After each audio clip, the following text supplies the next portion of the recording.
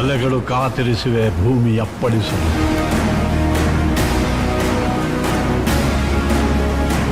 ರವಿ ಕಾದು ಕುಳಿತಿಹನು ಅಸ್ತಮವಾದ.